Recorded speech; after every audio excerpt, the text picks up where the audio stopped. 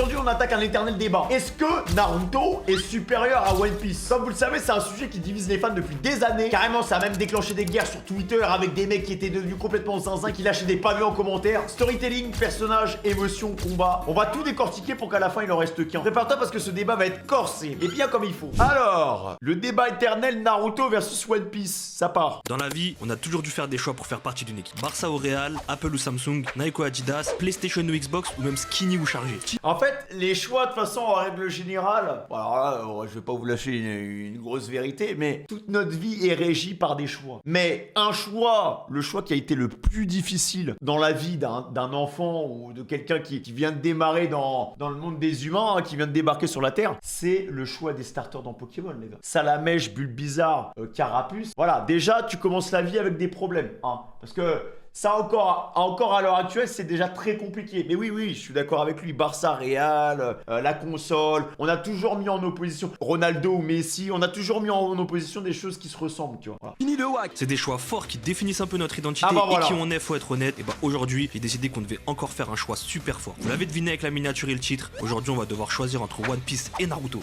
Moi, j'ai déjà fait mon choix personnellement.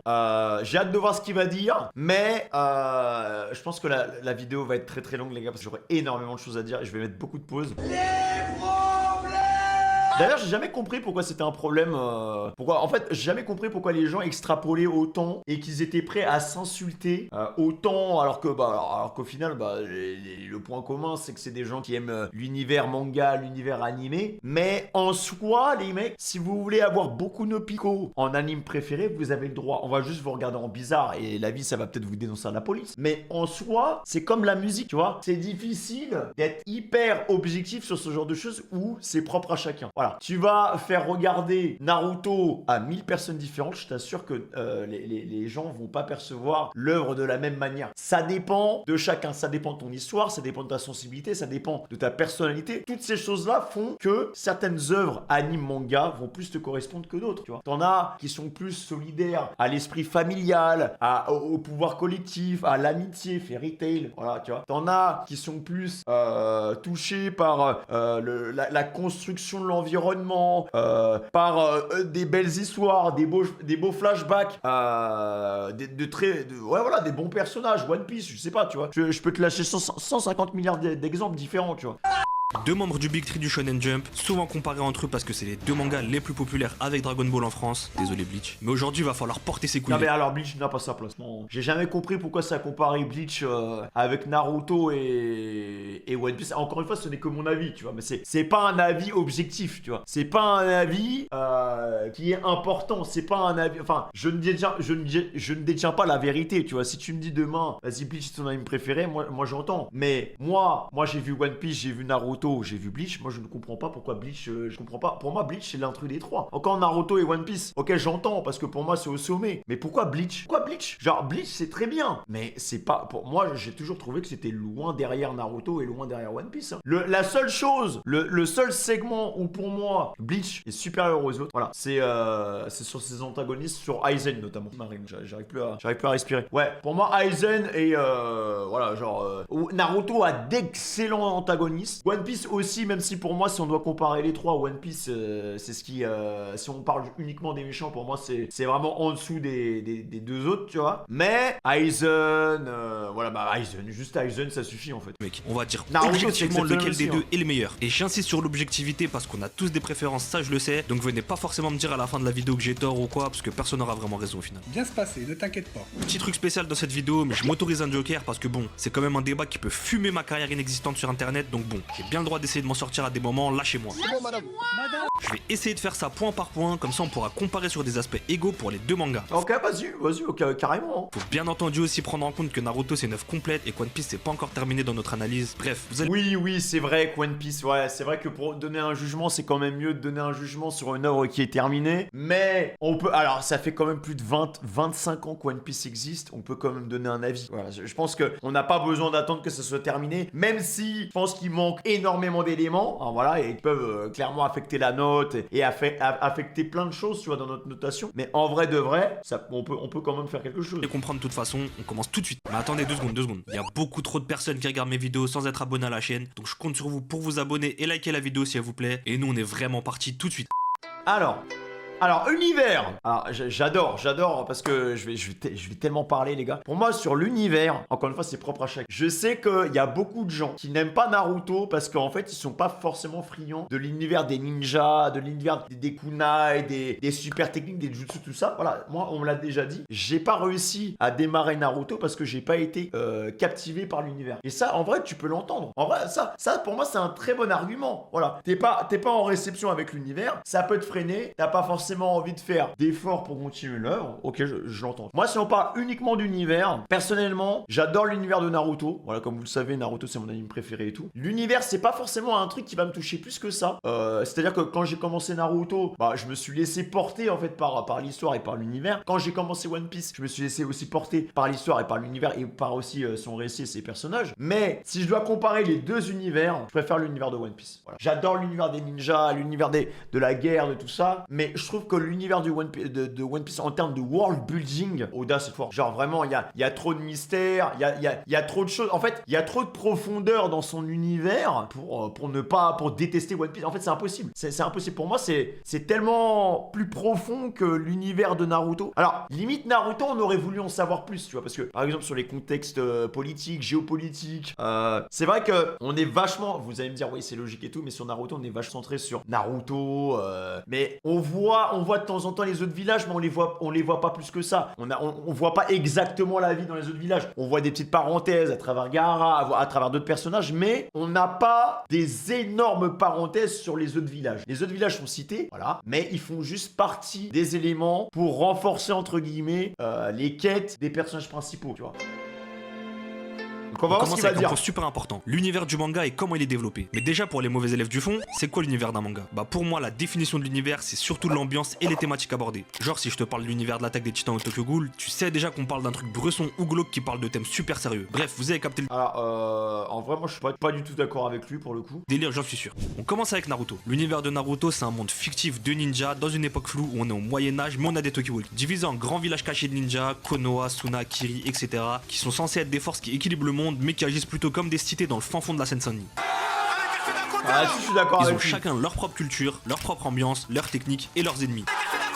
Du coup, on est bel et bien sur une ambiance à l'ancienne, dans une sorte de monde avec des références de mythologie japonaise, des traditions ninja et des guerres politiques. Même si bon, on a quand même une partie de l'œuvre où l'ambiance elle est cool, ça va, surtout dans les temps de paix entre gros guillemets, mais plus on avance, plus ça part en couille. Le monde part en couille. Après, ouais, mais ça part en couille, mais ça part principalement en couille en fait, soit entre les personnages de Konoha, soit entre l'organisation terroriste qui est l'Akatsuki. Et il y a que à la fin, à la Grande Guerre, voilà où ça part vraiment littéralement en couille. Mais encore une fois, la Grande Guerre, enfin c'est pas une guerre entre nations en fait. C'est pas une guerre entre nations. C'est ça le truc. La Grande Guerre, c'est tout le monde se réunit pour fumer encore une fois un ennemi commun. Donc t'as les Madara, les Kabuto, En fait, on est dans la continuité de ce qu'avait fait l'Akatsuki. Donc en soi, la vraie bataille de Shippuden, c'est l'Akatsuki du début jusqu'à la fin. Hein. Du début, après à la fin, vous me direz il y a Madara et tout qui reprend, mais les 3/4, c'est sur la continuité des rêves de l'Akatsuki en fait. Hein. Je vous dis l'appel, mais je mens un peu parce qu'on parle quand même d'un manga où le premier arc c'est celui où il y a Zabuza. Donc au global, c'est une bonne ambiance sombre qui tourne autour de thèmes comme la guerre, la haine et la vengeance qui viennent entraver des rêves de paix. Si tu rajoutes à tout ça tout plein de détails que j'ai pas le temps d'expliquer ici pour pas que ça dure une heure, comme les bijoux, les kage, les clans, les différents jutsu, etc.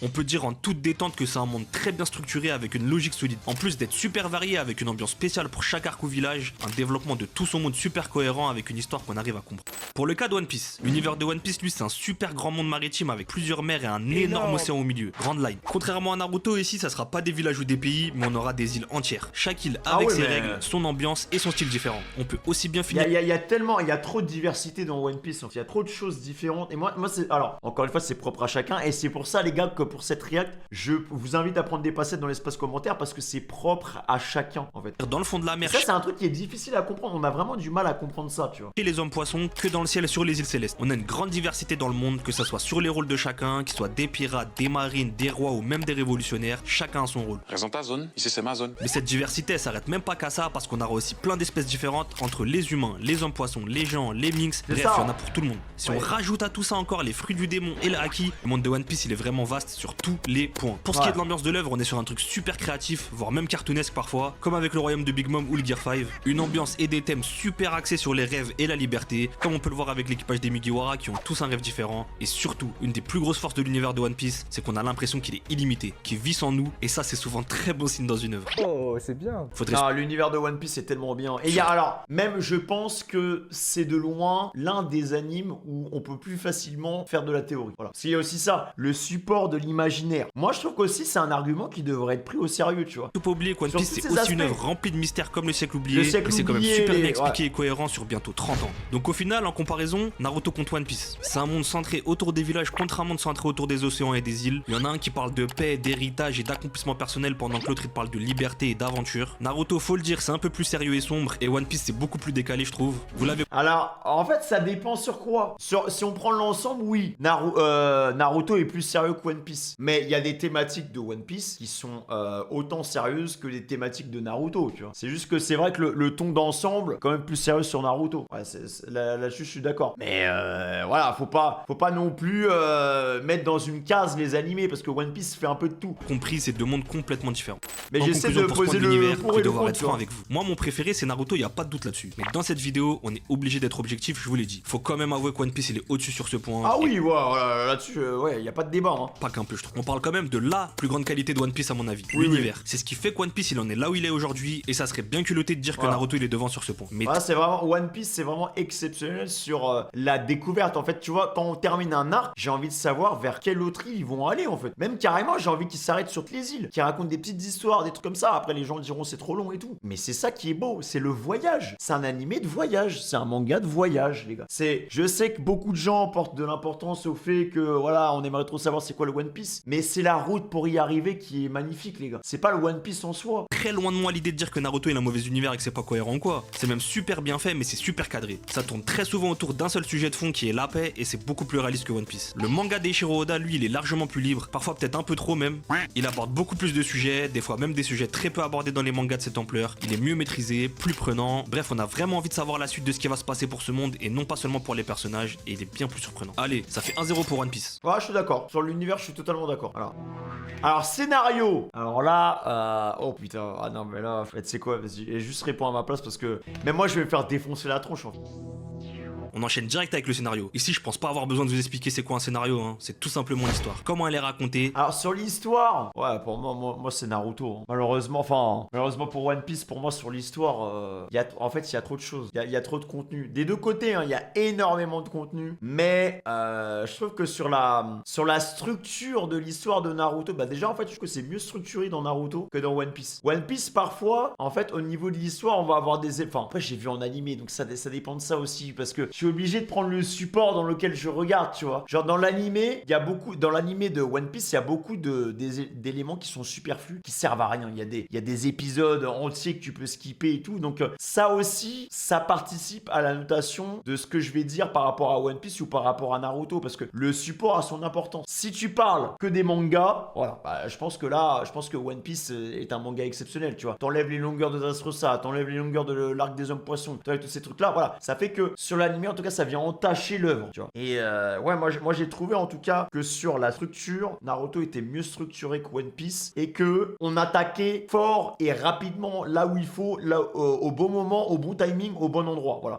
Il va en parler, etc. C'est un point qui rejoint un petit peu celui de l'univers juste avant, parce que le scénario il se déroule dans l'univers, mais en même temps c'est complètement autre chose, vous allez voir. Tu vas voir. On commence. Là, le seul point noir pour moi de Naruto en termes de scénario, du début jusqu'à la fin, c'est exceptionnel. Le seul point noir, c'est en fait toute la partie avec Madara quand il fusionne avec Jubi et tout, et que tu sens que l'auteur il savait absolument pas comment faire comment abattre son antagoniste. Into révélation avec tu sais Agoromo qui débarque, fait la corrélation entre ses enfants, donc Azura, Indra par rapport à Naruto, Sasuke, et en fait ça leur file un petit power-up et tout. En fait globalement toute la fin de la Grande Guerre, c'est un peu ce qui est critique, enfin c'est même carrément ce qui est critique. petit cap dans l'histoire de Naruto, parce qu'avant ça, il y a rien à dire. C'est encore une fois avec Naruto. Le scénario dans Naruto, il est en 2 temps. On a d'abord Naruto normal, on va dire entre guillemets, quand ils sont petits et Genin, et après on a Naruto Shippuden qui va aborder d'autres thèmes que la première partie. Tout ça par contre, ça part de la base de Naruto qui est rejeté par son village, qui a un démon en lui et qui veut devenir Hokage, blablabla. Vous connaissez déjà l'histoire, je vais pas vous la refaire.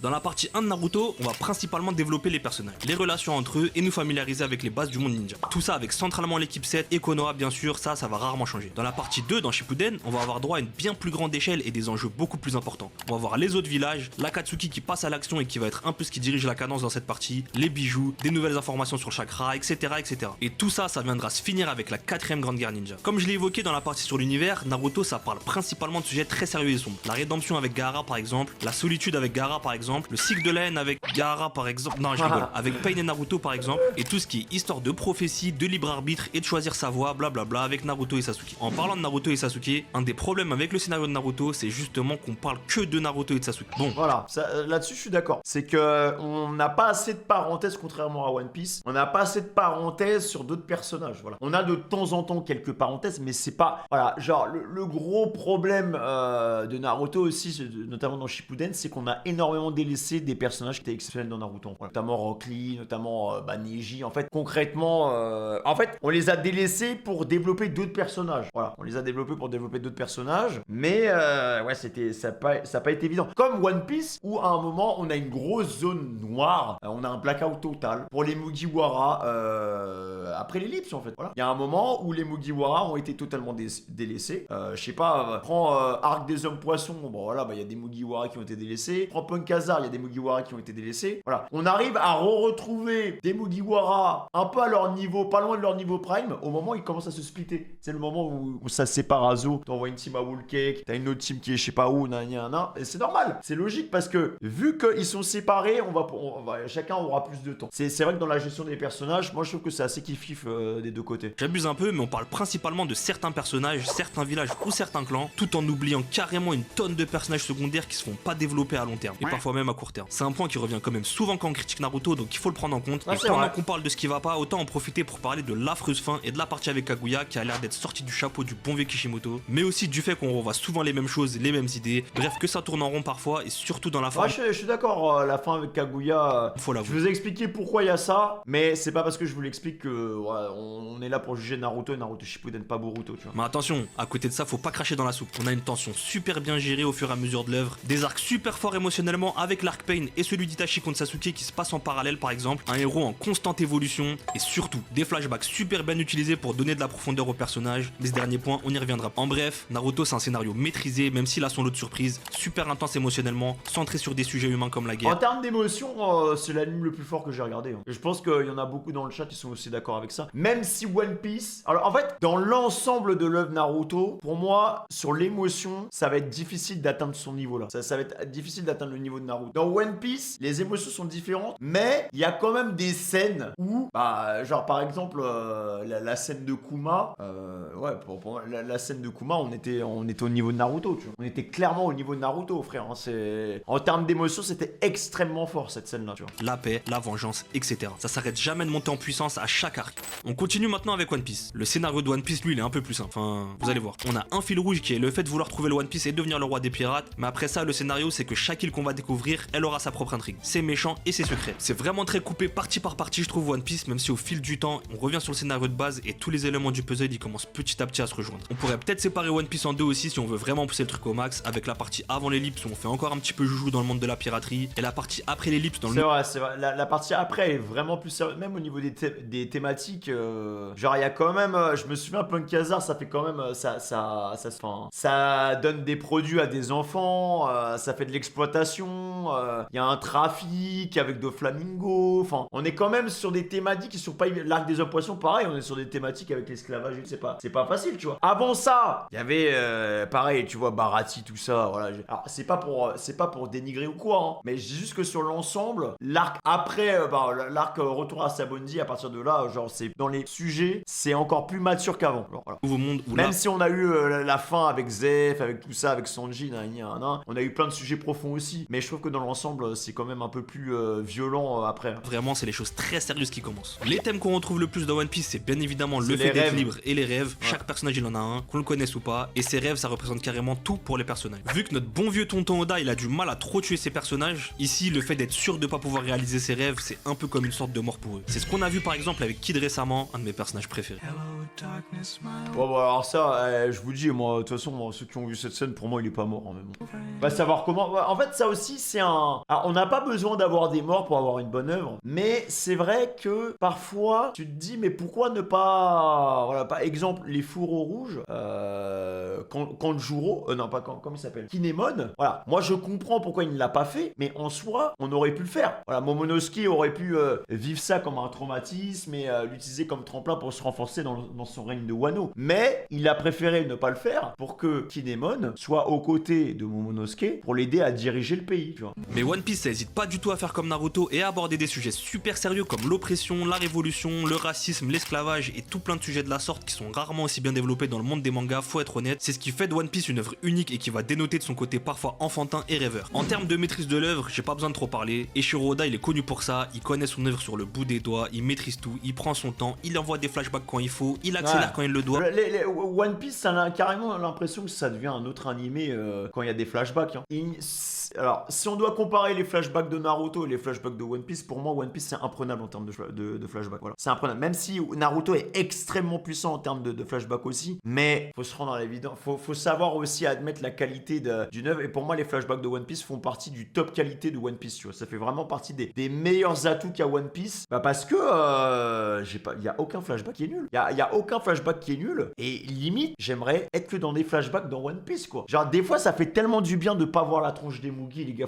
Faut se l'avouer aussi. Des fois, ça fait tellement du bien. Ça fait tellement du bien de pas les voir. Pour moi, l'une des meilleures parties qu'on ait dans One Piece, où j'en suis actuellement, c'était Wano, quand on a vu le flashback d'Oden. Ça, c'était du vrai One Piece. C'était le One Piece qu'on aime. Et c'était un niveau stratosphérique, hein. Oh, bref, c'est un point qu'on connaît déjà tous pour cette œuvre. Par contre, est-ce que ça veut dire que One Piece, il a aucun défaut au niveau du scénario? Pas totalement. Après bientôt 30 ans de chapitres, je pense que vous serez d'accord avec moi pour dire que One Piece, c'est long. Très long même. Et tout ça, ça vient d'une histoire super vaste et de tout ce que Oda il veut nous montrer. Mais ça vient aussi d'un rythme parfois mal géré. On a des arcs super longs parfois, d'autres super courts. Parfois, on sent que les choses, elles auraient pu être faites plus rapidement avec certains arcs qui ont été allongés pour rien. One Piece. Ah, Dressrosa, en tout cas en animé, après, je sais pas en manga ce que ça donne. Ça a aussi la fâcheuse tendance à avoir certains arcs plus mou que d'autres, contrairement à Naruto qui fait que monter crescendo. Ici, c'est un petit peu plus aléatoire, quoi. À côté de ça, on a une des forces de One Piece et de son scénario qui sont les mystères, mais qui peuvent aussi vite devenir une faiblesse. Par exemple, depuis 1997, on connaît toujours pas le rêve de Luffy, la vraie puissance de Shanks, ce que c'est que le One Piece, etc., etc. Bref, on a plein de questions dans nos têtes encore et certaines depuis un peu trop. Ouais, bah c'est bien qu'on. Moi, je trouve que c'est une qualité. Genre, il dit que c'est une faiblesse et ça peut être aussi une faiblesse. Je suis pas d'accord avec lui. Justement, c'est ça qui tient encore plus en haleine et que t'as. Même si ça fait 20 ans. En fait, à partir du moment où t'es prêt à attendre 20 ans, frère, c'est bon. On va plus se plaindre de la longueur. C'est déjà ultra long. Alors. Trop longtemps. En résumé, One Piece, c'est une aventure super ouverte et longue avec un lore riche, voire carrément impressionnant. Plein de mystères, des révélations dans tous les sens. C'est une vraie aventure avec un grand A, quoi. Du coup, pour le point du scénario, ça va pour moi, c'est Naruto. Être une belle petite bataille. En étant totalement objectif, je pense qu'on se laisse facilement impressionner par le lore énorme de One Piece. Et c'est ce qui vient fausser notre avis sur son scénario. C'est bien maîtrisé, ok, mais ça va un peu dans tous les sens si on est honnête. Ouais, je suis d'accord. Je suis d'accord avec lui. De l'autre côté, Naruto, à part à la fin. C'est pour ça que je vous disais qu'il y a plus de structure dans Naruto, moi. Enfin, avec Kaguya, c'est du tout droit sans fausse note à mon avis. Et c'est ce point-là qui va venir me faire pencher la balance en sa faveur. Un scénario intense émotionnellement, centré sur des humains et en zoomant sur leur humanité, peu importe le personnage. Des aspects comme la guerre, les liens, la vengeance, bref, c'est super fort et ça laisse personne indifférent. Je pense que c'est un des points qui peut le faire plus débat vu que One Piece c'est quand même assez bon dans le scénario, mais le schéma narratif assez répétitif plus le fait que ça va dans tous les sens, ça viendra lui porter défaut pour moi. Faut aussi dire que c'est pas encore fini donc ça joue beaucoup et que ce point il pourra peut-être revenir à One Piece à la fin de l'œuvre, j'en suis conscient, mais pour l'instant. Oui, c'est possible qu'à la fin de l'œuvre, enfin oui, on gagne en structure et c'est sûr qu'on va gagner en structure là-dessus, tu vois. Genre en intensité et tout, c'est sûr et certain, Mais dans l'ensemble, bon. Notre ninja préféré va venir prendre ce. Là, je suis d'accord. Flashback. Après, le truc, c'est alors, moi j'ai dit que c'était intouchable One Piece, mais Naruto c'est extrêmement fort aussi, les gars. Hein. Franchement, il y a pas beaucoup. En fait, le problème, vous savez, c'est quoi le seul problème de Naruto là-dessus? C'est le timing des flashbacks. Et la vie, ça doit être pris en considération pour cette catégorie parce que faire faire un beau flashback, les deux ont des flashbacks exceptionnels, mais savoir quand utiliser, quand caler sur le flashback, là c'est pas la même chose. Et Naruto, le problème, c'est que le timing des flashbacks n'est pas tout le temps bon. Voilà. Parfois ça va te mettre des flashbacks à tirer la rigole, parfois ça va même réutiliser des flashbacks, tu vas dire mais pourquoi là, tu vois, des fois, même il y a même des running gags sur Naruto vis-à-vis des flashbacks. Mais quand on est dans le flashback il est profond, il te fait pleurer, il te déchire en deux, il y a pas de souci. Alors que One Piece, c'est un sans faute en termes de timing. Voilà, pour moi la différence entre les deux, c'est juste le timing. Voilà. Après, les deux sont ultra qualitatifs. Là, ça sert à rien de faire semblant, ni même d'expliquer point par point comme les deux points d'avant. Ici, on va froidement comparer les flashbacks des deux œuvres et aller au cœur du débat. Du côté de Naruto, on a des flashbacks de qualité plus vraiment. Celui du massacre du clan Uchiwa qu'on a dû voir 15 fois avec Sasuke Itachi, l'enfance de Naruto, le passé de Kakashi et la perte de Obito, incroyable ce flashback. Le passé d'Obito juste après cet événement avec Madara, etc. Le flashback de Jiraiya avec Nagato, Yahiko et Conan, la création de Konoha avec le flashback de Madara. Magnifique ce flashback d'ailleurs. Hirama à l'époque des guerres des provinces, le passé de Gaara qui vient de faire chialer, l'histoire de Minato et Kushina jusqu'à l'accouchement de Kushina et le combat de Minato avec l'homme masqué, le flashback de Lee dans Naruto et celui de Guy et son père dans Shippuden qui viennent nous mettre une baffe de détermination, celui de Tsunade avec son petit frère Edan, bref, il y en a vraiment plein et ils sont presque tous d'une très grande qualité. Si on parle de One Piece par contre, va falloir être solide aussi parce qu'on a des flashbacks de fou furieux. Déjà tous ceux des Mugiwara, Robin, Chopper. Déjà juste sur les Mugi, ça vole très haut. Tu rajoutes à ça tout le reste, donc les Law, enfin tous ces mecs là. Sanji, Nami, Franky, Zoro, Brook, ils ont tous leurs flashbacks et certains ils sont bien haut dans le top. On a aussi le légendaire flashback de Law avec Corazon, celui de l'enfance de Doflamingo, celui de Fisher Tiger, celui de Noland et Calgara, incroyable ce flashback aussi, je l'avais complètement oublié. Passé de Luffy, Ace et Sabo avec le flashback du Mont Corvo, le passé d'Oden et des fourreaux rouges, celui de Kaido, celui de Big Mom avec les géants et surtout celui de Kuma qui va gentiment. Ouais. Alors celui-là, pour moi le meilleur flashback de One Piece. Pas fait dans l'anime en ce moment. Ça fait du bien. Y a pas à dire, One Piece il a pas du tout à souffrir de la comparaison avec Naruto sur ce point-là. Mais maintenant, comment on va faire pour trancher? Ça, moi-même j'ai du mal honnêtement. En vrai de vrai, pour moi et objectivement, en termes de flashback pur, ceux de Naruto ils sont meilleurs. Plus impactant, plus d'émotions, plus marquant je trouve quoi en général. Ils remplissent à... Alors plus marquant, en fait là, ouais pareil, ça dépend des émotions. Oui, je suis d'accord sur le fait que ils vont plus te marquer parce qu'ils sont assez traumatisants. La plupart des flashbacks, c'est tout le temps des histoires hyper sombres, des histoires de décès, de meurtres, de trahison, des trucs comme ça ou de grosses batailles. Enfin, voilà, c'est des moments qui sont ultra poignants, ultra clivants. Je suis d'accord là-dessus. Mais un flashback n'a pas besoin d'être dans la brutalité pour être marquant. Tu vois. C'est vrai. On n'a pas besoin. Ça peut juste être une belle histoire. Ça peut être. Merveilleux. On n'a pas besoin d'avoir forcément un mort ou quelque chose. Quoi. Rôle d'humaniser et d'expliquer comment chaque personnage en est arrivé à ce qu'il est aujourd'hui. Et ça, c'est génial. Si je devais donner une note à Naruto pour ses flashbacks, ça serait logiquement un 10 sur 10. Par contre, du côté de One Piece, les flashbacks ils sont vraiment de qualité aussi. Y a rien à dire. Mais je les trouve un tout petit peu plus en dessous que ceux de Naruto en qualité pure, d'émotion. Alors, je suis pas d'accord. Enfin, en fait, je suis d'accord avec lui sur la qualité, mais je suis pas d'accord avec lui avec l'utilisation. Parce que pour moi, le timing, il est autant important que la qualité que ton flashback, tu vois. Genre, des fois, ça va te caler des flashbacks, mais on est en mode, mais pourquoi là maintenant, en fait? Pourquoi là maintenant? Ils ont en plus de ceux de Naruto, le fait qu'ils arrivent quand même à développer l'histoire à partir du flashback lui-même, et ça, c'est quand même à prendre en compte. Si je devais leur donner une note à eux aussi, je donnerais un solide 8 qui tend même plutôt vers le 9 sur 10. Mais là, moi, je dirais 8,75 dans la qualité des flashbacks et 9,75 pour la qualité des flashbacks de Naruto. Mais dans le timing et le moment où le flashback va se dévoiler, pour moi, One Piece, c'est un 10 sur 10. Pour moi, One Piece, c'est un 10 sur 10. Et là, pour moi, dans sa notation, il manque ce truc-là. Le timing du flashback. Du coup, vous me direz qu'il n'y a rien de compliqué, que j'ai fait mon choix, quoi. S'il y a un 10 sur 10 et que l'autre c'est 9 sur 10, bah c'est logique que Naruto il est meilleur, il a des meilleurs flashbacks. Et bah là, pour l'instant, vous avez raison, mais il y a un autre point qui vient rentrer en compte. Et c'est comment ces flashbacks ils sont introduits dans le. Ah putain, mais il en parle. Ah bah super. Pour ceux qui se souviennent, à l'époque où Naruto ça sortait encore en chapitre et surtout en épisode, beaucoup des gens se plaignaient vraiment de la quantité de flashbacks et surtout de comment ils étaient placés. Parfois, en plein milieu de l'action et d'un combat, on avait un flashback qui venait littéralement niquer le rythme. C'est vrai, c'est vrai. Ce point, il a été perçu comme un des principaux défauts de Naruto, malgré le fait que ça soit des flashbacks de très grande qualité. On a même certains flashbacks qui reviennent plusieurs fois dans l'œuvre, bref, ça peut vite devenir redondant cette histoire. Et c'est ici justement que One Piece. Notamment, je me souviens à un moment, c'était l'abus. C'était Naruto Sasuke dans Shippuden, mais la V2. Genre, il se revoit après. En fait, c'est après le combat Sasuke contre Danzo. Naruto, il revoit Sasuke, il y a Sakura qui est avec lui. Il y a 150 milliards de flashbacks à ce moment-là. Vraiment, ils ont abusé, mec. Il va venir sortir son épingle du jeu se fumer. Des flashbacks beaucoup plus nombreux que dans Naruto et pourtant beaucoup mieux placés et dosés. C'est dans le rythme de l'œuvre et ils sont pas en trop du tout. Ils aident à bien comprendre et construire tout l'univers et le scénario dont on a parlé plus tôt. Mais du coup. Et d'ailleurs, je ne comprends pas pourquoi le rythme des flashbacks est aussi bon et le rythme de l'œuvre de base. Et pourquoi on n'a pas le même rythme? Pourquoi on n'a pas le même rythme? Parce que vraiment, dans les flashbacks, t'as l'impression que c'est un autre animé, quoi. Qu'est-ce qu'on fait? On a d'un côté des flashbacks 10 sur 10 qui tabassent tabassent ton âme à chaque fois que tu les vois, mais qui sont mal placés et introduits parfois. Et on a de l'autre côté des flashbacks 8 ou 9 sur 10, beaucoup mieux placés et qui sont moins répétitifs. Ouais, pour et moi, bah, tu prends objectivement, One Piece. le meilleur de deux. En fait, non, je vais utiliser mon Joker pour ce point. C'est bon, Non, ça non, c'est One Piece.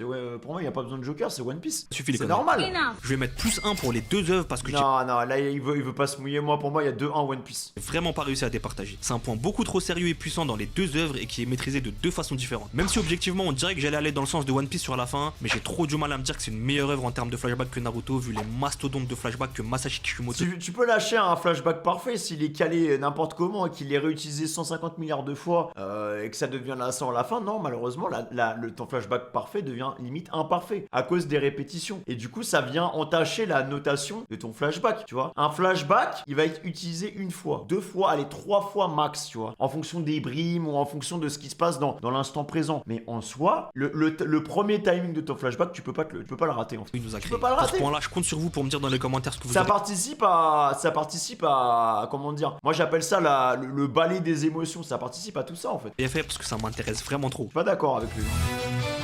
Alors combat pour moi il n'y a pas de débat. Alors là c'est sûr et certain. On revient à 2-2. S'il y a bien un aspect où malheureusement One Piece c'est largement en dessous. En fait c'est pas une qualité de One Piece. One Piece n'est pas un animé de combat. C'est pas le point fort de One Piece. Moi qu'est-ce que je recherche dans One Piece? C'est l'univers, l'histoire, les personnages. Point barre. Voilà. Et les mystères. Les secrets, tout ça. Voilà. Les révélations. Pas les combats. One Piece n'est pas un anime de combat. Voilà. Et je peux vous citer 150 milliards d'animés qui sont 1000 fois mieux que One Piece en termes de combat. Et là, vous allez me dire, ouais, mais Zoro versus King, ouais, mais Luffy Gear 5 contre Kaido, ouais, mais Luffy Gear 5 contre Lucci. Oui, mais ça arrive, les gars, ça arrive tellement tard. Ça arrive au bout de 22 ans d'animé. Voilà, les derniers combats, ok, voilà. Les derniers combats, ils sont cool. Garp qui arrive à la ruche, Kid versus Shanks, c'est vraiment sympa. Mais si on prend l'entièreté de l'animé, il n'y a aucun débat possible. Il n'y a aucun débat possible. Naruto, le seul combat qui est éclaté, enfin voilà. Après, il y a des combats qui sont moins bons que d'autres. Mais il y a vraiment un combat qui est éclaté au sol, c'est Sakura contre Ino. Mais sinon, quand tu comptes tout Naruto enfant en plus, Naruto enfant, dites-vous que je crois que Sasuke contre Naruto est sorti en 2002 ou 2003. Encore à l'heure actuelle, quand je revois le combat, je ne comprends toujours pas comment ce combat a pu voir le jour. Alors, je ne comprends pas comment c'est possible que ce combat soit sorti en 2003, frère. Ça n'a aucun sens. Bref, prends tout Shippuden aussi. C'est impossible, c'est intestable. Et pour moi, le plus grand combat anime manga que j'ai vu de ma vie, mec, c'est Kakashi Obito. On ne fera jamais mieux que Kakashi Obito. Carrément, pour moi, ils ont réinventé le concept du combat, en fait. C'est une œuvre d'art. Le sens du timing, le sens de la réalisation, les transitions, la musique que se tue pour laisser place uniquement au bruitage, puis la musique qui monte progressivement. Enfin, il y a tellement de notions de réalisation. En tout cas, je parle dans l'animé, peut-être pas dans le manga, je sais pas comment ça se passe dans le manga, mais dans l'animé, c'est une masterclass. C'est une masterclass. Il n'y a pas de débat possible là-dessus. Il y a 2-2 là. Allez, on va accélérer un peu le pas parce qu'encore une fois pour ce point, je pense pas avoir besoin de vous expliquer ce que c'est que des combats. On va se regarder droit dans les yeux et se demander un truc sérieux. Qui a les meilleurs combats entre Naruto et One Piece? Ici, on va prendre en compte absolument tous les critères possibles. Le style, la mise en scène, l'intensité voilà. Et l'objectif derrière chaque combat, mais aussi la variété. Déjà, côté Naruto, on est sur du combat de shonen pur et super technique. Des affrontements avec des chorégraphies de zinzin qu'on a tous déjà vu, d'autres combats remplis de stratégies qui nous ont tous fait péter notre crâne, des retournements de situation dans tous les sens et surtout une mise en scène digne du cinéma. Quand t'as vu des dingueries comme Kakashi contre Obito, Naruto contre Pain, Rock Lee contre Gaara, Sasuke contre Itachi ou même Guy 8ème porte contre Madara. Non, alors, je vais même dire, mais Sasuke contre Naruto valait de la fin. Ce combat, faut pas. Il y en a plein qui disent, ouais, mais vas-y, c'est du fanservice et tout. Mais la mise en scène. Pitié, la mise en scène, les gars. Même le final, où les deux, Rasengan contre Mille Oiseaux, pendant qu'ils s'envoient la technique, on voit toute leur vie. On voit toute leur vie avec les amis qui soutiennent Naruto. Et du côté de Sasuke, on voit pareil toute sa vie, mais il y a que Itachi qui le soutient. Enfin, les gars, il y a plein de petits tips, plein de petits clins d'œil qui arrivent. Enfin, non, c'est trop fort. C'est trop sûr fort. Que t'es pas resté insensible et que t'as pris ta gifle niveau mise en scène. Mais les combats dans Naruto, c'est pas juste des combats. C'est des histoires racontées à travers des coups, des messages transmis entre les personnages à chaque patate et à nous les spectateurs aussi. Que ça soit la haine, l'amour, les regrets, le respect, peu importe le sentiment, ça nous parle direct à travers l'écran. Si tu rajoutes à ça le fait que chaque personnage il a son propre style de combat et qu'il y en a pour tous les goûts, que ça soit à coup de taijutsu super solide, de ninjutsu super variés, de genjutsu loufoque ou avec des invocations géantes qui font penser aux plus grands combats de mecha, Naruto c'est vraiment super riche et varié sur ce point-là et c'est un peu un de ses points les plus forts, faut pas se mentir. Oui, mais attention, clairement. faut pas enterrer One Piece trop vite. Parce que quand on parle de bagarre dans One Piece, il y a du très sale aussi. T'as des mecs comme Luffy, Zoro, Sandy, Law et encore plein d'autres qui vont venir nous poser des classiques de combat dans cette œuvre. Contrairement à Naruto et son style super sérieux et shonen jusqu'au bout, One Piece c'est beaucoup plus libre encore une fois. Chaque combat c'est une pluie de créativité, chaque fruit du démon il a un concept à part entière, chaque affrontement c'est une vraie partie d'échec qui va dans tous les sens. Oui, si on parle par exemple du Gear 5, le Gear 5 en termes de créativité, voilà, c'est intouchable, c'est intestable parce que la possibilité est infinie avec le Gear 5, tu vois. Genre, tu vas poser la question à un animateur s'il pouvait animer un seul personnage d'anime, qui est-ce qu'il prendrait? Il dirait Luffy. Il dirait Luffy, Luffy Gear 5, ça doit être du pain béni pour eux. Avec le fait de pouvoir mélanger le côté cartoonesque, l'extravagance dans le combat et tout, plein d'éléments, genre ça fait que Luffy c'est peut-être certainement le meilleur personnage en termes d'animation, en tout cas quand il est en forme Gear 5, tu vois. Si tu viens rajouter... ça permet d'exprimer la créativité des animateurs aussi, tu vois. À tout ça, le haki qui vient encore plus dérégler les échelles de force dans ce manga, on va avoir des combats encore plus fous. On peut citer plusieurs combats légendaires dans cette œuvre, que ça soit Luffy contre Katakuri, Luffy contre Lucci, Zoro... Non, non, faut arrêter. Luffy Katakuri, faut arrêter de maxer, sérieusement. Le rythme est catastrophique. Ça pareil, il faut le prendre en considération, je suis désolé. On est obligé de prendre en considération le rythme d'un combat. Si un combat, encore une fois je parle de l'animé, je ne sais pas comment c'est dans le manga, mais si un combat dure 40 épisodes, c'est pas bon, c'est pas bon. Contre King ou même encore Law et Kid contre Big Mom. One Piece, il a clairement pas à rougir niveau affrontement. Mais, parce qu'il y a un mais, malgré tout ça, je peux pas faire semblant, je suis désolé. Les combats de Naruto, c'est un autre niveau. Bah oui. Je m'explique. Déjà, la stratégie. Dans Naruto, tu vois les mecs réfléchir, poser des pièges, faire des feintes de fou. Même un combat assez court, il aura toujours une mécanique spéciale derrière. Tu regardes Shikamaru contre Tenten ou Shikamaru contre Hidan par exemple. En fait, tu regardes juste Shikamaru et tu comprends que c'est pas simplement des combats de bourrin dans Naruto. Je dis pas qu'One Piece y a pas de stratégie, hein. On peut citer par exemple Luffy contre Crocodile qui nous montre bien que nos pirates savent utiliser leur tête, mais c'est quand même un point qui sera moins représenté que dans Naruto, je trouve. Ouais, après, on peut aussi parler de l'émotion qu'on ressent à travers les combats. Sur ce point-là, j'aurais mis une petite égalité en temps normal parce que One Piece ça nous fait bien vibrer avec des combats intenses, faut le dire. Mais quand Rock Lee il se relève face à Gaara c'est imprenable Naruto en termes d'émotion sur les combats. En sang et inconscient juste pour prouver aux gens qu'il peut réaliser son rêve, quand Gai Sensei il sacrifie contre Madara en ouvrant la 8ème porte, quand Naruto il serre la main de Sasuke après des années de course-poursuite et de haine, tu ressens vraiment quelque chose. Encore une fois, je dis pas qu'One Piece ça nous fait rien les combats, mais quand tu regardes les plus gros combats de l'œuvre pour les fans comme Luffy contre Lucci ou Luffy contre Katakuri, on est plus dans la persévérance et dans la détermination qu'autre chose. Dans Naruto, il y a des combats qui restent en toi pas juste pour les coups, mais vraiment pour ce qu'ils te racontent. Si on parle de la mise en scène, bah on n'en parle pas, c'est vraiment le point fort que je trouve dans Naruto qui roule sur One Piece dans le domaine. Les chorégraphies, les zooms, les effets, la musique, dans Naruto ça assure rendre chaque combat important et grandiose. En termes de diversité dans les combats, je pense que ça se tape. Dans les deux œuvres, on peut passer d'un traditionnel 1 contre 1 à une grande guerre avec des batailles rangées, puis d'un coup passer sur une échelle immense avec des adversaires géants, etc. etc. Donc sur ce point, les deux mangas ils font du très bon travail. Et au final, sur le moi je suis assez d'accord avec lui là. Point de la constance, c'est ce qui va venir encore plus creuser l'écart entre Naruto et One Piece. Là où One Piece il attend de te faire poireauter tout l'arc avant d'arriver au gros combat contre le boss final, dans Naruto, même dans les arcs les moins populaires, t'as des combats qui marquent. Le manga il a vraiment su s'appuyer sur ses combats pour faire avancer ses personnages et son histoire. C'est vraiment pas du remplissage, c'est du storytelling pur. Bref, je dis pas qu'One Piece il est nul sur ce point, même si c'est pas vraiment son point le plus fort, mais voilà. Non, il est pas nul, il est assez bon, mais c'est pas sa qualité première quoi. Naruto, une vraie machine de guerre sur les combats, ça va être trop dur d'aller chercher. C'est intenable Naruto, hein. C'est intenable. Ah, les personnages principaux. Enfin, ok, du coup, le MC. Entre Naruto et Luffy. Ah, putain. Alors, en vrai de vrai, moi, je vous dis, Naruto n'est même pas mon personnage préféré. Hein. Naruto n'est même pas mon personnage préféré de Naruto. Mon personnage préféré de Naruto, les gars, c'est Obito. Voilà. Obito Itachi, tu vois. Mais Naruto. Ah, en fait, le truc, c'est que. Ouais, je sais pas. En fait, c'est pas la même chose. Ah, celle-là, elle est dure. Là, franchement, le Joker. Celle-là, elle est dure. Moi, je dirais quand même Naruto. Je préfère quand même Naruto. Cette fois on s'attaque à un point beaucoup trop important. Le pilier de l'œuvre, la tête d'affiche, celui qui porte l'histoire sur ses épaules, qui nous donne envie de regarder l'animé, qui nous touche, qui nous inspire et parfois même qui nous fait rire ou pleurer. En fait déjà niveau humour, Luffy il terrasse Naruto. En fait ça dépend des points. Luffy pareil dans les serious moments, c'est très très fort mais parce qu'en fait il passe son temps à faire le con, tu vois. Donc alors que Naruto c'est plus dans les messages, dans les valeurs, dans ce qu'il va essayer de transmettre. Luffy ça arrive moins souvent quand même quoi. Et encore plus avec le Gear 5 parce que même les scènes de Gear 5 là tu vois où j'en suis dans Egghead, il se passe 150 milliards de trucs, ça pète de partout, il est face à des doyens et tout. Il passe en Gear 5, bah voilà, il y a toujours l'aspect comique qui va avec le Gear 5, tu vois, l'aspect cartoon qui fait que pour moi ça on peut, enfin non, je suis obligé de mettre Naruto devant, tu vois. Parce qu'on peut perdre cet aspect sérieux genre. Mais c'est la forme qui est comme ça parce que du coup ça crée un vrai décalage. Mais moi je préfère quand même le côté sérieux de Naruto, tu vois. Bien sûr des personnages principaux. Naruto Uzumaki contre Monkey D. Luffy. on est dans la merde. Déjà, on va être clair, les deux ils sont excellents. Il y a pas de lui il est nul, l'autre il est surcoté, non. Les deux c'est des masterclass de protagonistes, chacun dans leur style. Mais comme d'hab, faut trancher, donc on va y aller point par point. Déjà, ils partent d'où nos deux chouchous là? Naruto, il commence au fond du trou, littéralement. Clairement. Orphelin, détesté, isolé, moqué et avec un démon dans le bide et zéro reconnaissance de la part de son village alors que c'est son daron qui l'a sauvé. Son rêve, devenir Hokage pour être enfin reconnu et aimé par tous les haineux de son village. C'est simple, puissant, clair et bien efficace. Tu ressens direct de la peine pour lui, t'as envie que tout aille mieux pour lui et c'est ce qui va te garder accroché pendant toute l'œuvre. Et même après la fin de l'œuvre, hein. Moi j'ai grandi avec Naruto dans ma tête, c'est mon cousin. Ça c'est bon ça. J'ai jamais été autant heureux pour un personnage que quand il est tombé amoureux d'Hinata et qu'ils se sont mis ensemble. Hein. Genre, Naruto The Last, le film, hein, à la fin j'avais pleuré. Hein. Luffy, lui, il commence déjà sur un meilleur pied, faut être honnête. Il a Shanks comme figure inspirante, Garp comme grand-père, Dragon comme papa, il a Ace et Sabo comme frère et il part en mer avec un rêve, devenir le roi des pirates et de... Oui, en fait c'est ça, sur les fondations, c'est sûr qu'il y a plus de travail côté Naruto quoi. Devenir la liberté absolue. C'est un rêve plus symbolique que personnel, plus philosophique mais tout aussi fort. Mais après on connaît pas encore le vrai rêve de Luffy parce que lui il nous dit il veut être roi des pirates mais c'est pas son... C'est un objectif en soi mais c'est pas le rêve principal de Là Luffy, sur ce point là on peut pas trop les départager, c'est juste la base des deux persos. Mais s'il y a bien un point sur lequel on peut les comparer, c'est bien l'évolution. Et là, attention, Naruto tu le vois grandir vraiment. En tant qu'humain, en tant que ninja, en tant que cousin même je vous ai dit. Non c'est mon sac, c'est mon sac. Il passe de gamin bruyant que personne calcule et qui doit faire des bêtises pour avoir de l'attention à un leader respecté, un chef de ville. Totalement d'accord avec lui.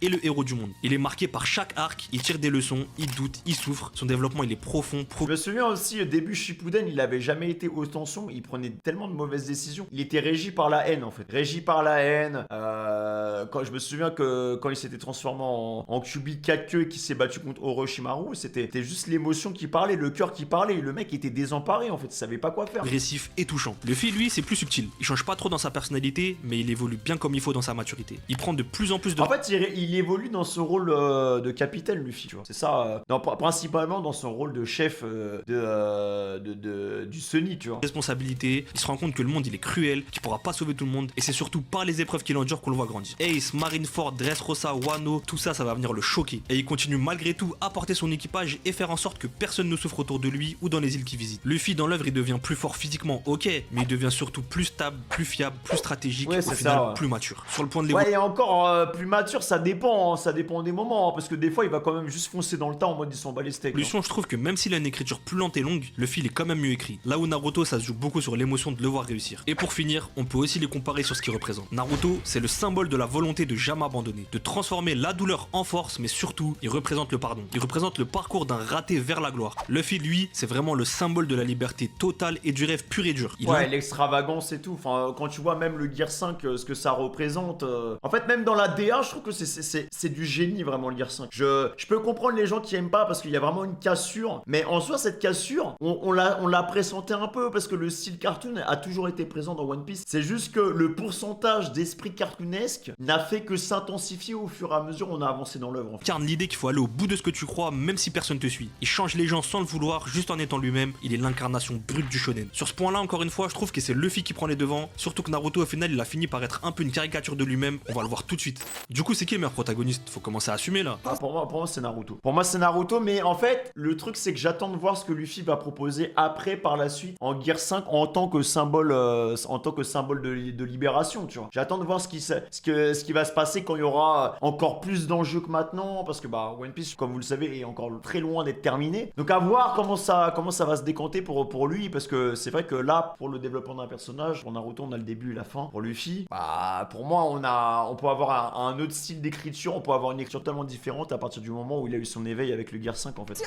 Vous l'aurez compris vu mon raisonnement, mais objectivement, Luffy c'est un meilleur protagoniste que Naruto. Et j'insiste, je dis pas. Alors objectivement, non. Pour moi, je suis totalement pas d'accord avec lui. Mais... Ça en mode Naruto il est claqué. Naruto il est excellent. C'est un des personnages les plus touchants et les mieux développés que j'ai vu. Mais comme je vous ai dit, il a fini par être une caricature de lui-même. À toujours vouloir la paix, toujours faire des discours dans tous les sens et en utilisant. Oui, le fameux blabla jutsu. Ok, en gros oui. Sur le final, pour résoudre. Là-dessus, je suis d'accord avec lui. Sur la partie où il doit résoudre les problèmes, oui, ça finit souvent blabla jutsu. Disant à tout va le légendaire Talk no Jutsu, il a longtemps été critiqué et je peux pas contredire les haters sur ce point. Par contre, mais mon argument, je trouve, par rapport au fait qu'il y a ce côté sérieux ou quoi, bah moi je trouve que c'est un qui peut être intéressant aussi, tu vois. Luffy de l'autre côté, c'est une masterclass de constance. Il représente vraiment beaucoup de choses et il change tout le monde. Il règle tout sans jamais changer qui il est. Et ça, c'est super dur à écrire. Oda, il arrive à faire de Luffy un personnage simple mais jamais plat, drôle mais pas bête, fort mais jamais arrogant, et surtout, il est aimé de tout le monde autour de lui et surtout de nous les lecteurs. C'est peut-être le seul personnage qui arrive à te captiver pendant plus de 1000 épisodes, c'est une dinguerie en soi. Alors ouais, ok, Naruto il peut te faire chialer, moi il m'a inspiré, il m'a retourné dans tous les sens, même c'est mon cousin préféré. C'est mon zinc. Mais Luffy lui il m'a fait rêver toute l'œuvre. Il est plus stable et il est resté fidèle à lui sans jamais perdre en profondeur. Mais Ouais, en vrai, non, moi je suis pas d'accord.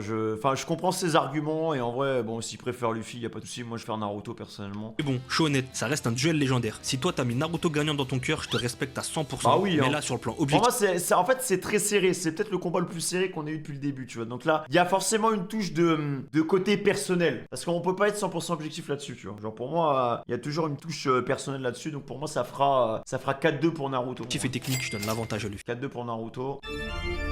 Alors, antagoniste, y a pas de débat. Hein. Enfin, ouais, pour moi, non, aussi. Hein. Pain, intenable. Zabuza, intenable. Orochimaru, intenable. Toute la Katsuki, intenable. En fait, One Piece a des antagonistes exceptionnels. Mais le problème de One Piece, c'est que, alors, on n'a pas toujours eu cette constance en termes d'antagonistes. Bon, alors, Crocodile, top protagoniste. Ener, c'est très cool, même si pour moi, Ener, il manque une partie qu'on va certainement avoir tard, tu vois. Arlong, c'est pas mal. Don Krieg, bon, voilà, sans plus. Captain Morgan, bon, voilà, c'est des petits méchants à droite à gauche. On a eu quoi d'autre? Alors, Rob Lucci et le CP9, ça c'est exceptionnel, y a rien à dire. Mais Arc des Hommes Poissons, ça se pète la gueule. Ouais, je suis désolé. Hein.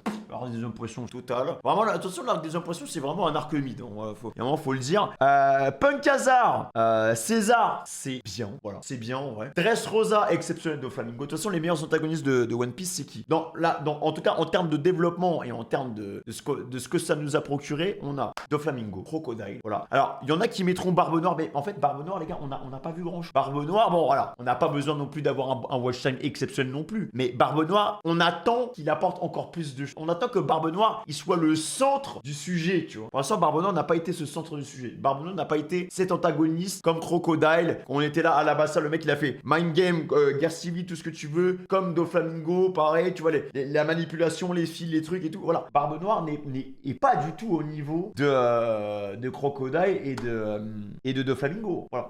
Alors, il y en a d'autres qui me diront Kaido. Ouais, Kaido, c'est sympa. Kaido, c'est un bon antagoniste, mais j'aurais voulu que Kaido, il soit plus attaché. Kaido, au final, tu finis Wano, tu ne sais rien de Kaido. Tu ne sais rien de Kaido. Tu comprends ses motivations. Tu comprends. Alors, il a un process autodestructeur, voilà, tu comprends. Mais c'est pas. Enfin, en fait, à la différence de Naruto, tu vois, quand Pain, il down, t'es pas bien. Quand Madara, il down, bon, voilà, genre, après tout ce qu'il a fait avant, t'es en mode, ok. Quand Itachi, il down. En fait, juste Itachi, pour moi, il n'y a pas de débat. Il n'y a pas de débat. Il n'y a aucun antagoniste de Naruto, même les meilleurs. Il n'y a aucun antagoniste de One Piece, même les meilleurs antagonistes de One Piece, qui arrivent à la table de certains antagonistes de Naruto, tu vois. Pour moi, c'est. Et même si on donne une note globale aux antagonistes de One Piece comparé aux antagonistes de Naruto, mais la note est tellement plus élevée sur les antagonistes de Naruto, hein, vraiment. Alors, et même si on prend les thématiques, les messages et tout, il y a de très très gros messages des deux côtés, mais dans l'ensemble, non, Naruto, c'est trop fort.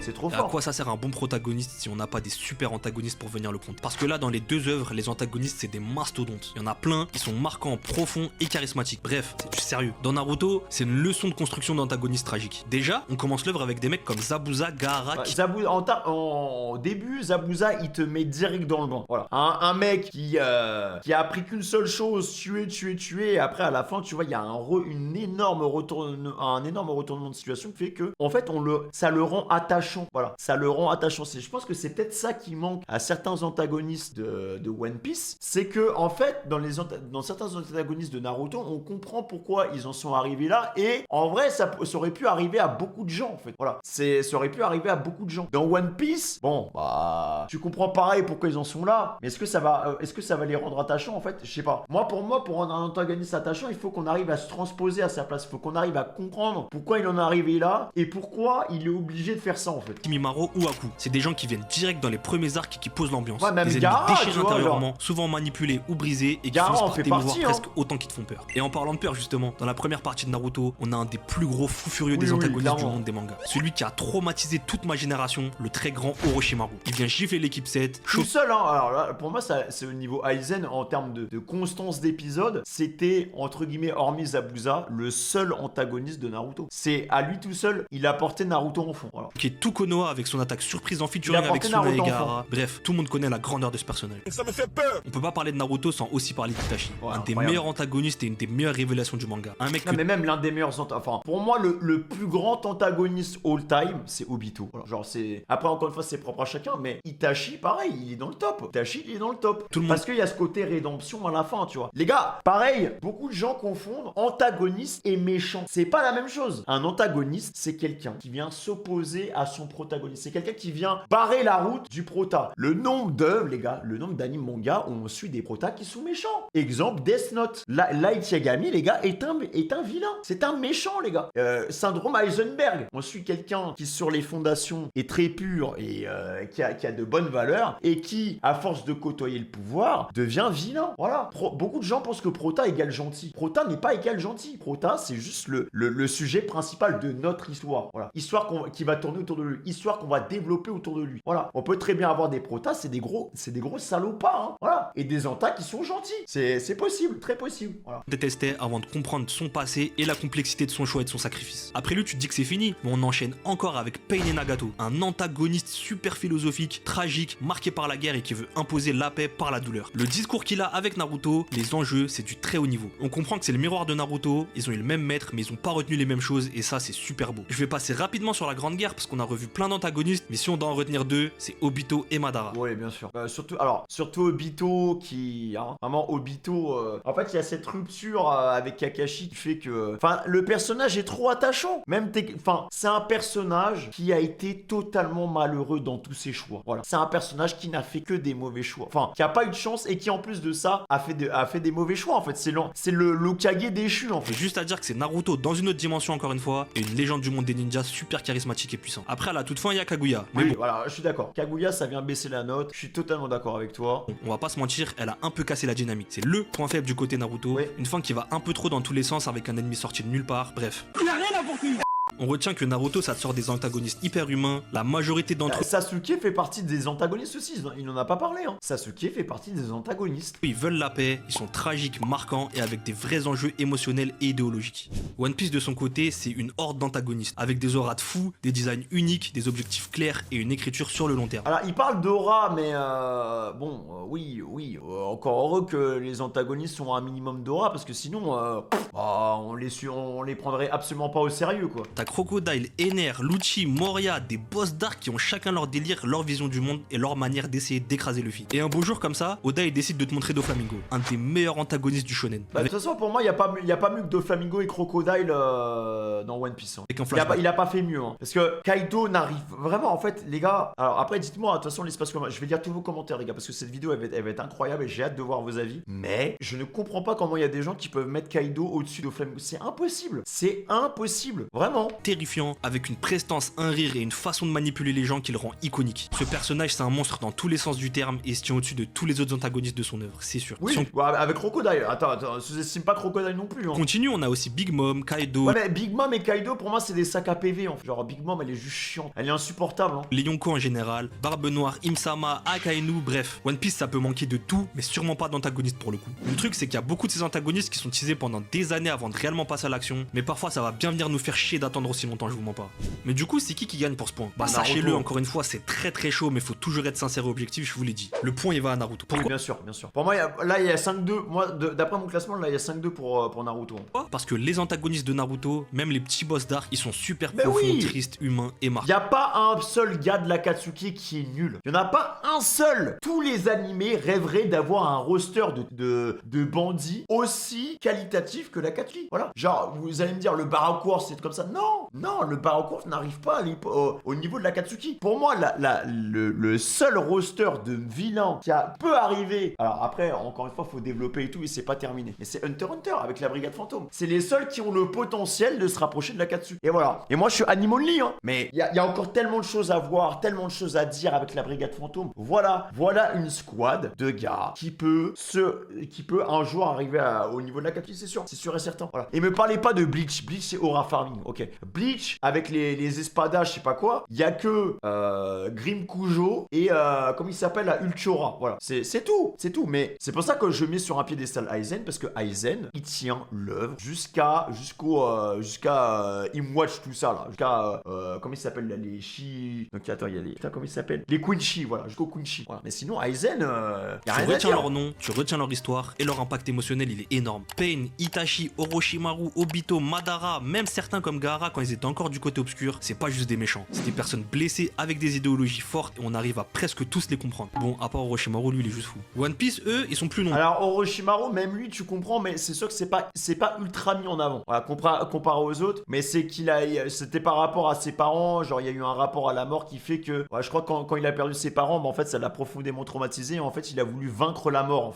Ils ont plus de diversité, plus d'aura, c'est ça, des mais ennemis bon, plus c'est épiques, pas... mais je trouve qu'ils sont moins marquants en global, sauf certains comme peut-être Doflamingo, allez, on va dire Kaido aussi. Non, mais même pas Kaido en fait. Mais même pas Kaido, c'est pas vrai. Ce n'est pas vrai. Kaido, certes, c'est la terreur. Tu comprends pourquoi il fait ça. Tu comprends sa philosophie. Tu comprends sa manière de réfléchir. Mais ce qui manque à Kaido, c'est de la profondeur. Il lui manque de la profondeur. Mais je pense que cette profondeur, elle sera développée plus tard. Quand il y aura, je sais pas, un flash. Parce que il faut comprendre aussi la construction scénaristique de One Piece. Parfois, on va te donner des éléments. Voilà. On aura les éléments du présent, mais on n'aura pas les fameux flashbacks avec les éléments du passé. Quand on aura un flashback, comment ça s'appelle? Flashback des Rocks. Voilà, flashback des Rocks. C'est l'un des flashbacks que j'attends le plus, tu vois. Quand il y aura le flashback des Rocks, on reverra Big Mom, on reverra Kaido, on reverra Barbe Blanche, on reverra tous ces personnages qu'on a vus dans le présent, qui ont peut-être manqué d'heures à ce moment-là, parce que la construction de One Piece sur certains personnages, elle est faite en plusieurs temps. Donc en fait, Kaido, en tout cas là, moi où j'en suis, je suis désolé, mais Kaido, non,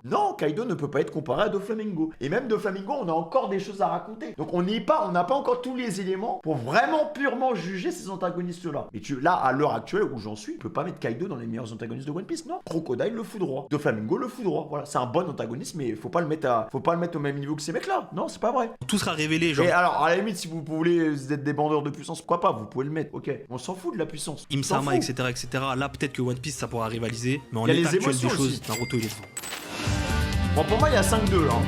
Bon, Casting secondaire, ok. Bah en vrai, en termes de casting secondaire, pour moi, je vais attendre sa définition de casting secondaire en fait. juste une petite parenthèse parce que c'est lié, on a parlé des protagonistes et des antagonistes, mais en vrai, niveau casting secondaire, faut qu'on parle aussi de ces deux œuvres. Pour moi, One Piece il est au-dessus. C'est simple, t'as 800 personnages et 90% d'entre eux ils sont intéressants. Chaque île, chaque arc, chaque équipage, chaque marine, chaque révolutionnaire, ils ont tous leur délire, une histoire et même un rôle. C'est Je suis d'accord. un univers ultra vivant et plus large, donc le casting il était obligé de suivre. Naruto, il y a un très bon casting secondaire aussi. Hein. Alors, Naruto a un meilleur casting secondaire. Enfin, est-ce que les mecs de l'Akatsuki, tu le considères comme un casting secondaire en fait? C'est ça le truc. Parce que pour moi, ils rentrent dans la case des antagonistes. Parce qu'en soi, le casting secondaire de Naruto enfant est vraiment très bien, mais il y a de l'abandon tellement il y a de personnages après. Voilà. Parce que on va rentrer plus en profondeur, par exemple avec Shikamaru. Voilà, bon, en vrai, Shikamaru a eu son arc. C'est peut-être le seul dans le casting secondaire qui a eu son arc en fait. Hein. Non, c'est vrai. C'est l'un des seuls personnages qui a eu son arc en fait. Kamaru, Neji, Rock Lee, Guy, les Kage et les autres villages, tout ça c'est super cool. Mais il y a moins de développement hors Oui, de l'intrigue clairement. principale, donc forcément ça reste un peu plus limité, sauf pour Sasuke qui est quand même le deuxième protagoniste de l'œuvre, donc bon, ça c'est normal. Alors en termes de pouvoir, alors la mécanique de puissance, c'est chaud. Alors là pour moi c'est aussi dur que choisir entre Naruto et Luffy les gars. L'essence même du shonen avec les En combats, vrai, c'est dur, le hein. système de pouvoir et les transformations. On en a connu plein au fur et à mesure du temps, genre le nen, le ki, etc. Mais là, Alors si je dois parler de toutes les mécaniques de pouvoir, pour moi il n'y a aucune mécanique de pouvoir qui touche Hunter x Hunter. Voilà. Il n'y en a aucune qui arrive au niveau d'écriture et de complexité d'Hunter x Hunter. Genre d'un point de vue mécanique pur, et c'est pour ça que c'est hyper frustrant que Hunter x Hunter s'arrête à ce moment-là. Quand en animé, après en manga je sais que ça continue, mais il y a tellement de choses à exploiter dans le nen. De ce qu'on a vu en anime, en fait on n'a rien vu. Il y a tellement tellement plus profond le nen. Et Naruto, c'est peut-être la mécanique de pouvoir en vrai plus ouais, je sais pas, parce que même le haki, le truc c'est que le haki n'a fait que se développer au fur et à mesure de l'œuvre. Au début, on sait pas trop ce que c'est. Ensuite, on apprend qu'on a le fluide offensif, le fluide perceptif, le haki des rois, et dans la notion même du haki, on comprend qu'il y a le courant, les revêtements, les trucs comme ça, et que le fluide royal, pareil, on peut l'utiliser de différentes manières. Voire même, ça se trouve plus tard, les gars, il y aura encore d'autres mécaniques. Là, je vois avec Egen et tout, quand il y a les doyens qui se ramènent, là, les douaniers qui se ramènent, frère, pour moi, il y a encore des mécaniques au-dessus de tout ça. Donc, en vrai, c'est pas évident. Mais je trouve que dans la manière dont c'est utilisé, personnellement, moi, je préfère Naruto. Voilà, je préfère Naruto là. C'est de Naruto et de One Piece qu'on va parler, donc faut les départager. Naruto, c'est un petit peu le shonen qui t'a appris ce que c'était le système de pouvoir. Sauf si t'as vu Hunter x Hunter avant, mais ça, c'est un autre débat. Le chakra, c'est une source d'énergie intérieure que tout le monde a, divisé en plein de natures élémentaires. C'est un truc bien shonen, quoi. Et t'auras beau être un monstre. Ouais, et même le truc que j'avais bien aimé, c'est que même des entraînements entre guillemets pathétiques, Naruto qui est là, qui essaie de mettre son chakra dans ses pieds pour tenir, pouvoir marcher sur l'eau. Bah en fait, c'est bien décanté, je trouve. Si tu utilises mal ton chakra, tu vas te cramer tout seul. Et on a aussi tout un délire autour du ninjutsu, du taijutsu, du genjutsu, du senjutsu, les invocations, les techniques interdites. Bref, il y a vraiment beaucoup d'utilisation pour ce chakra. T'as un éventail de pouvoirs ultra large, mais toujours lié à une logique du monde bien établie. Et ça, c'est super fort. C'est une encyclopédie à ciel ouvert. On kiffe découvrir des nouveaux mécanismes et des nouvelles combinaisons. Mais on peut pas parler de Naruto ou même d'un shonen en règle générale sans aborder le thème des transformations. Ici, on est vraiment gâté, y a pas à dire. Entre le mode Kyuubi avec Kurama, le mode ermite, le mode Rikudo, tout ça pour Naruto. Ou encore de l'autre côté, Sasuke qui suit sa route parallèle avec la marque d'Orochimaru, le Sharingan, le Mangekyou Sharingan, le Rinnegan. Sans oublier Kakashi, Rock Lee et Guy, les bijoux.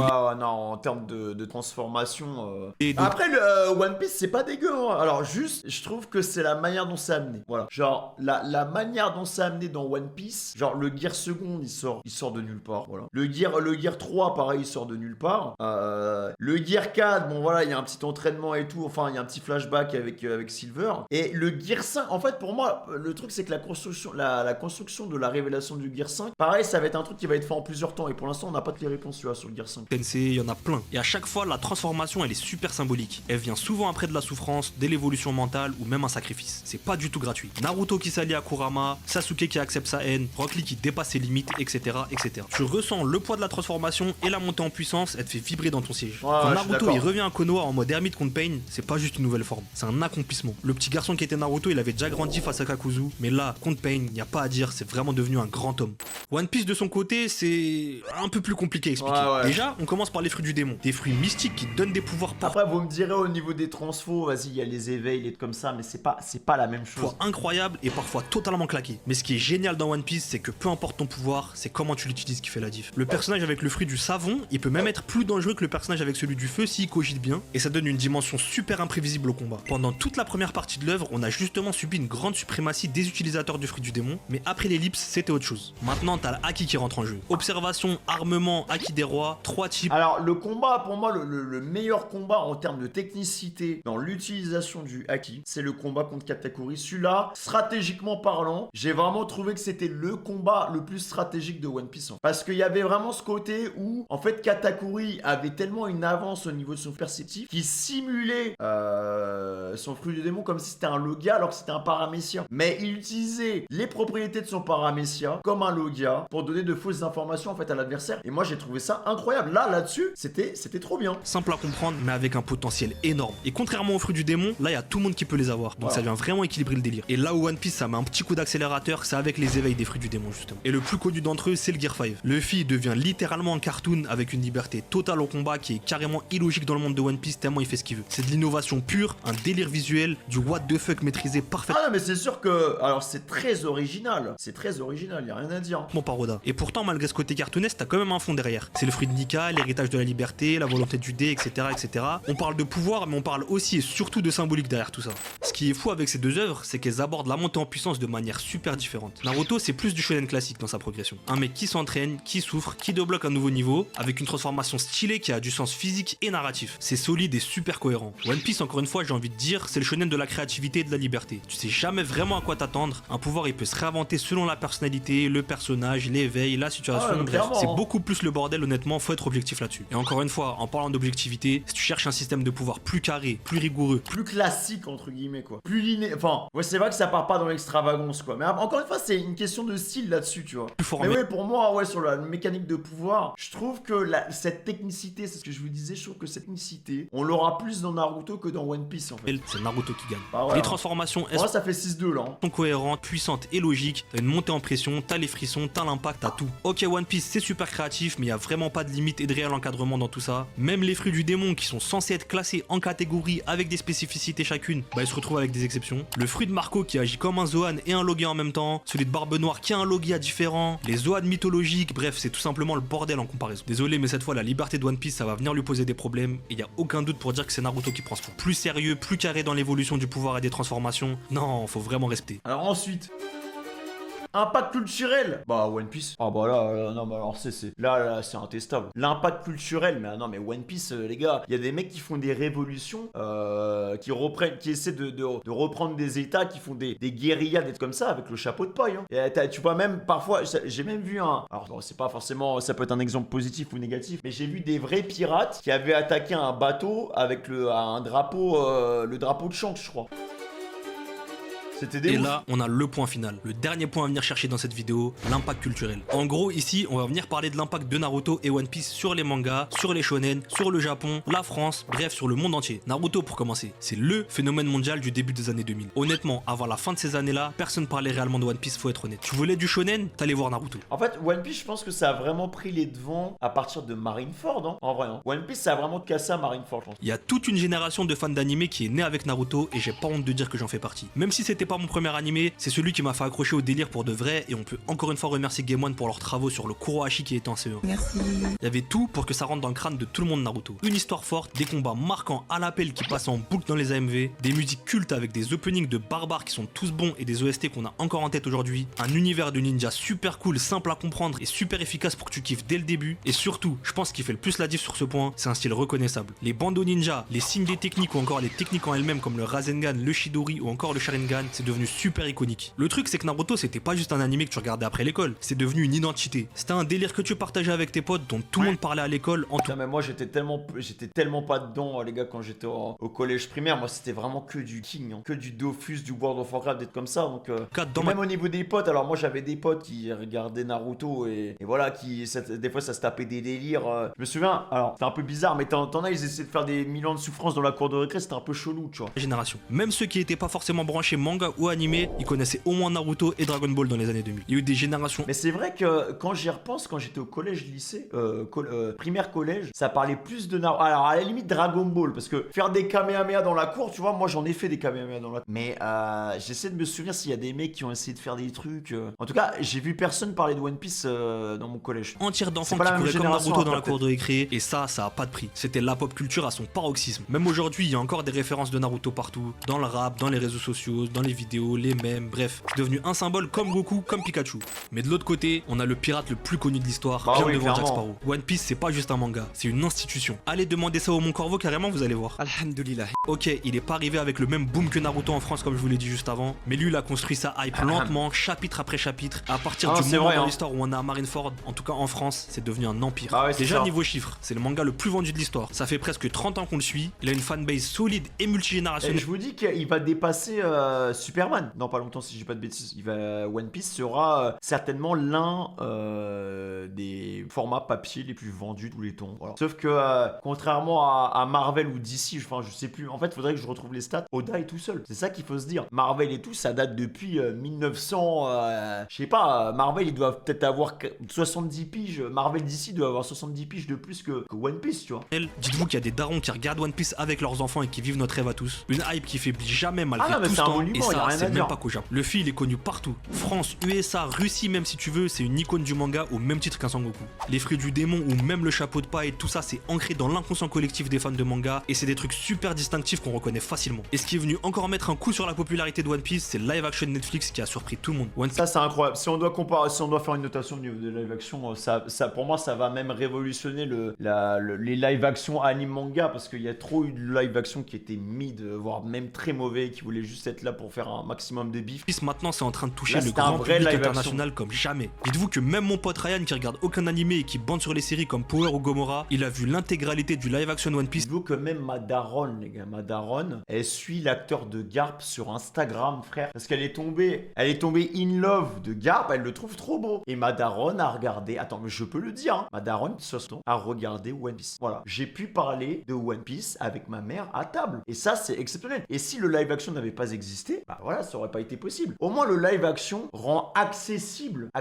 One Piece. Parce que, voilà, la première chose qu'on va dire quand on va parler de One Piece, c'est ah, mais non, c'est trop long, il y a je sais pas combien d'épisodes. Ah, mais non, c'est trop long, il y a je sais pas combien de chapitres. Au moins, avec le live, le format est accessible. Et vas-y, c'est facile à regarder. Voilà. Il faut pas dénigrer parce que je vois des mecs qui sont là en mode oh, mais t'as découvert One Piece avec le live action. Mais putain, mais c'est un nouveau fan de One Piece. Sois content, il regarde One Piece. Vous pouvez discuter de One Piece. Pourquoi dénigrer la personne qui a découvert One Piece avec le live action? Je comprends pas, ça n'a aucun sens. C'est les gens qui font ça, vous êtes juste bêtes, vous nous foutez la honte en fait. Bref, on va pas tortiller dans tous les sens et faire de la zumba sur ce point. Même si Naruto c'est un monument, une icône de toute une génération, en tant que manga le plus vendu de tous les temps, on peut rien faire contre One Piece et sa hype gigantesque. C'est le manga référence, beaucoup plus reconnu, ça fait partie de la pop culture comme jamais. C'est une œuvre qui a grandi avec son public, qui est toujours au top après plus de 25 ans et dont la richesse elle nourrit toute une culture manga depuis 2 décennies. C'est le genre d'œuvre qui marque l'histoire comme Dragon Ball il l'a fait avant. Bref, ce point il va sans aucun débat à One Piece. Ouais, ça fait 6-3 pour moi, pour Naruto. Alors, le dernier mot, c'est quoi ça? Du coup, on y est, le moment fatidique, le verdict final, celui que tout le monde attend. Et vous l'aurez compris en voyant le score à la fin, Naruto il va gagner le combat légendaire de cette vidéo. Non, wallah, pardon. Même si One Piece il est vraiment meilleur en ce qui concerne l'univers, les mystères, etc., en tant que shonen pur, j'ai rien à dire sur Naruto. C'est tout ce qu'on veut voir et encore plus même. Des combats de zinzin, un univers bien maîtrisé, même alors, si c'est... Je vais même rajouter autre chose, mais au niveau des formats, si on compare par exemple juste les animés, au niveau des musiques, mais pareil, il n'y a pas de débat possible. Au niveau des musiques, mais... Alors, le chant musical, la diversité musicale qu'a Naruto, c'est intenable. C'est intenable, en fait. Toutes ces musiques sont bien. Voilà. Alors que dans One Piece, bon, vous me direz, moi, c'est peut-être le seul truc que je reproche un peu à One Piece, c'est qu'on tourne un peu tout le temps autour des mêmes OST, même si, voilà, dans Wano, on a de nouvelles OST, et dans certains arcs, on a de nouvelles OST, mais j'aurais voulu avoir encore plus de diversité musicale, parce qu'on a plus d'épisodes. Pourquoi on est obligé de recycler à chaque fois les mêmes musiques, les mêmes musiques, les mêmes musiques, les mêmes musiques, les mêmes musiques? Non, faites de nouvelles musiques. Ils auront fait des nouvelles musiques. Par exemple, la musique du flashback de Kuma, mais putain, mais elle sort d'où cette musique? On l'entend qu'une fois. Elle sort d'où, mec? Elle sort d'où? Et il y a plein, de temps en temps, voilà, Drum of Liberation, les trucs comme ça. Voilà, il y a un contexte à ça. Mais j'aurais voulu, il y a plein d'autres scènes qui auraient pu avoir des musiques différentes. Et à chaque fois, on entend les overtaken. Après, ça fait plaisir. Mais tu sais, quand tu l'entends au bout de 100 fois, frère, c'est bon, ça y est, ça fait plus rien. Pas à la hauteur de celui d'Oda, ok, je veux bien l'avouer. Un scénario qui va toujours tout droit et super dense, des personnages de fous malades, un système de pouvoir et des transformations qui sont iconiques, et un impact culturel à en faire rougir tous les autres mangas du monde, sauf One Piece et Dragon Ball, j'avoue. Même si je trouve Naruto plus complet, plus équilibré et plus marquant, j'enlève en rien que One Piece c'est une aventure magistrale, une expérience unique et inégalable sur plein d'aspects. Ce débat, ça aurait été vraiment un combat super difficile à départager, et dire que l'un ou l'autre il est meilleur, ça sera jamais la honte. C'est un peu comme Messi Cristiano quoi. Même si bon, ce débat il est déjà fini. Là, y a pas de débat possible. Pour moi. Bref, faut pas oublier aussi que One Piece il est encore en cours d'apparition. Je l'ai dit pendant toute la vidéo, mais faut quand même le répéter. Ça se trouve à la fin, Oda il va tellement nous bousiller l'œuvre que ça sera même plus un débat et que Naruto il sera loin devant, ou au contraire, ça se trouve que One Piece ça sera unanimement le GOAT. Je compte sur vous pour me donner votre avis dans les commentaires, mais quoi qu'il en soit, faut bien retenir une seule chose, même si on les compare, profitons de ces deux monstres. Ah, profitons de ces deux monstres, bah ouais, mais quand l'un est terminé, après ça laisse un vide. Moi, quand j'ai terminé Naruto, les gars, j'étais en dépression, ça m'a mis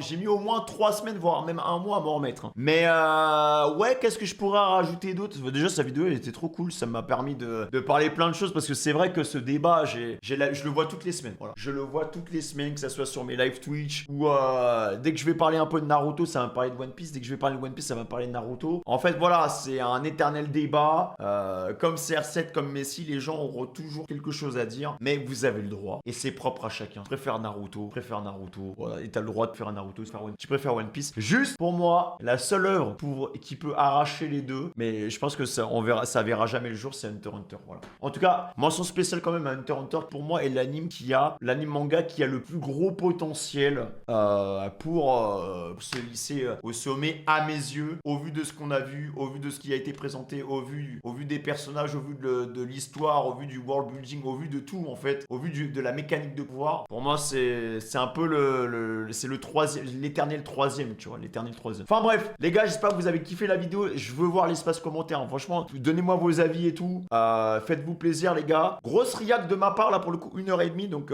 j'espère que vous avez kiffé. Et si vous voulez d'autres vidéos comme ça, n'hésitez pas à me le dire dans l'espace commentaire, les gars. Si vous avez des vidéos bien précises avec des débats et comme ça je peux rebondir et comme ça je peux donner mon avis et tout, n'hésitez pas, les gars. Merci pour tout. Prenez soin de vous. Je vous dis à bientôt. Ciao.